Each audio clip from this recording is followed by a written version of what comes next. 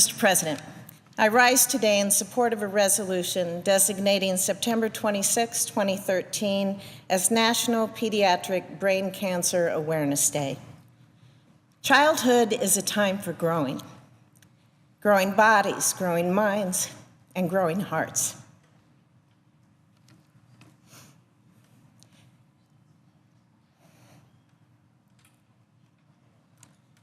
Mr. President, it is a time for bike rides that end in skinned knees and sleepovers in backyard forts. It's a time for wondrous stories of Neverland and family board games. It's a time to learn the difference between right and wrong and the difficult discipline of homework. It's a time, Mr. President, a very brief time, given to us by God to live without fear or physical pain, or without burdens of responsibility. For too many children, though, Mr. President, childhood is very different. Too many children in this country are forced to grow up far too quickly. The stark realities of hunger and poverty mature them, and some have no choice but to learn the hard lessons of courage from the cruel, unyielding teacher of sickness. Despite this hasty transition from storybooks to the harsh realities of life, these children remain beacons of hope. They inspire us. They challenge us to overcome our own trials, which seem trivial in comparison to the heavy burdens that they shoulder. They prompt us all to believe in the power of miracles because they have no other choice. One such child, Mr. President, is a friend of mine.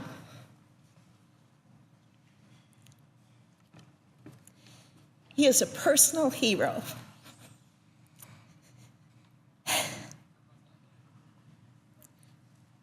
His name is Jack Hoffman. Mr. President, Jack Hoffman is a 7-year-old boy. He was born and raised in Atkinson, Nebraska. Jack's early years passed like many of children of his same age that live in Nebraska communities. He learned to fish and hunt. He went for long bike rides. He played sports. He started school. He made friends with many of his classmates. And I'm willing to bet that little Jack has also had a fight or two with his siblings. But childhood for Jack took a quick and unexpected turn on April 22nd, 2011. That was almost exactly 2 years ago. And Jack suffered a life-threatening seizure. Upon examining him, doctors had shocking news because Jack had brain cancer. Jack immediately underwent surgery to remove this cancerous mass on his brain, but the surgery did not bring about the results they had hoped for. As doctors desperately sought an answer, Jack's young body continued to be riddled with seizures. Within 5 months, he endured a second brain surgery, which removed 95% of the remaining tumor. But despite this success, an April 2012 MRI showed that Jack's cancer had returned, and doctors determined it was inoperable.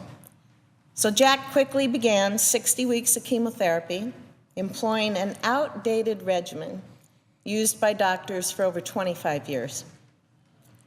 Unfortunately, diminished research funding for pediatric brain cancer has stunted medical advancements, and so treatment options remain limited. But Jack and his parents didn't despair. They remained hopeful and determined to discover God's will in their hardships. In a recent Omaha World Herald story, Jack's father, Andy, is quoted as saying, "I don't know why God chose Jack to have this, but I do know that we can make something good out of it, and that's promote the improvement of treatments for this disease." And so the Hoffmans set out They set out on a mission to raise awareness for pediatric brain cancer. This is a rare but devastating disease that poses unique health and developmental problems for the 3,000 child patients who are diagnosed each year. Jack and other children suffering from brain cancer endure seizures, difficulty in speaking, and trouble with their balance. The list, unfortunately, goes on. They spend long periods of time away from their family, friends, and classmates.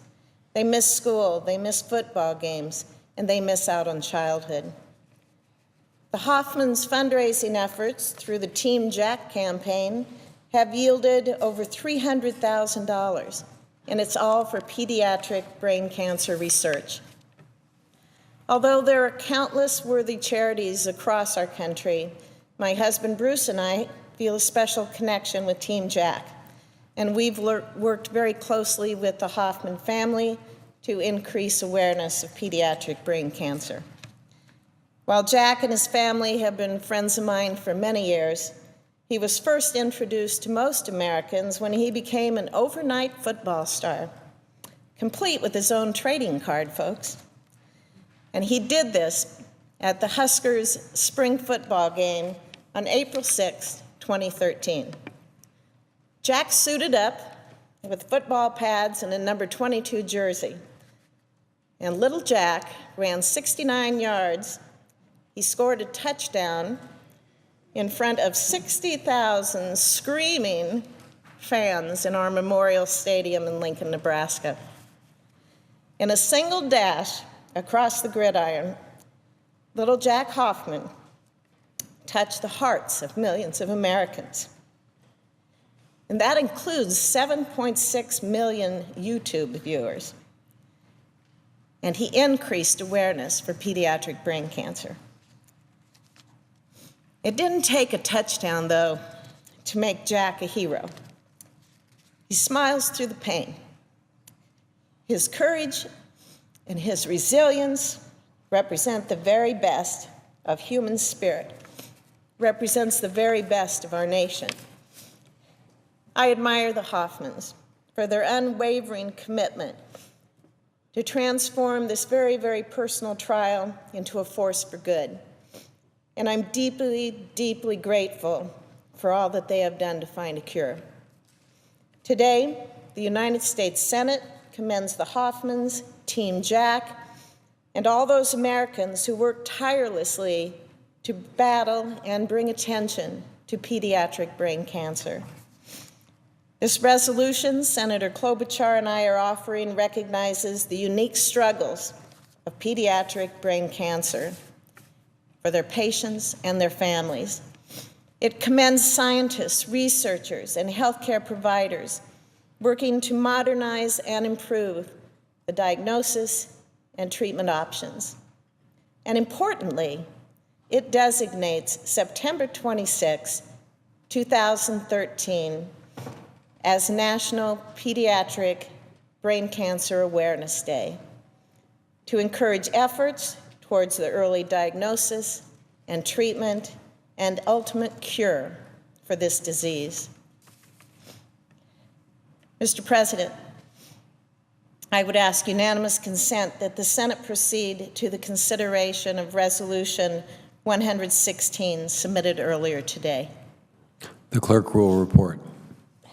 Senate Resolution 116, designating September 26, 2013 as National Pediatric Brain Cancer Awareness Day. Is there objection to proceeding to the measure? Without objection. Mr. President, I ask unanimous consent the resolution be agreed to, the preamble be agreed to, the motion to reconsider be laid upon the table with no intervening action or debate. Without objection. Thank you, Mr. President. I yield the floor.